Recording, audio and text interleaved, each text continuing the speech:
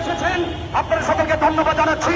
গাজীপুরবাসী, টঙ্গীবাসী, দুবাইবাসী আপনাদের আন্দোলন অব্যাহত রাখেন। কেন্দ্রীয় দিক নির্দেশনা আসার আগ পর্যন্ত আপনারা মাঠ থেকে উঠবেন না ইনশাআল্লাহ। সবাই গাড়িগুলো ছেড়ে দেন, যার যার মতো করে ইনশাআল্লাহ বাড়িতে যান। আল্লাহ আমাদের সকলকে কবুল করুন, আমিন।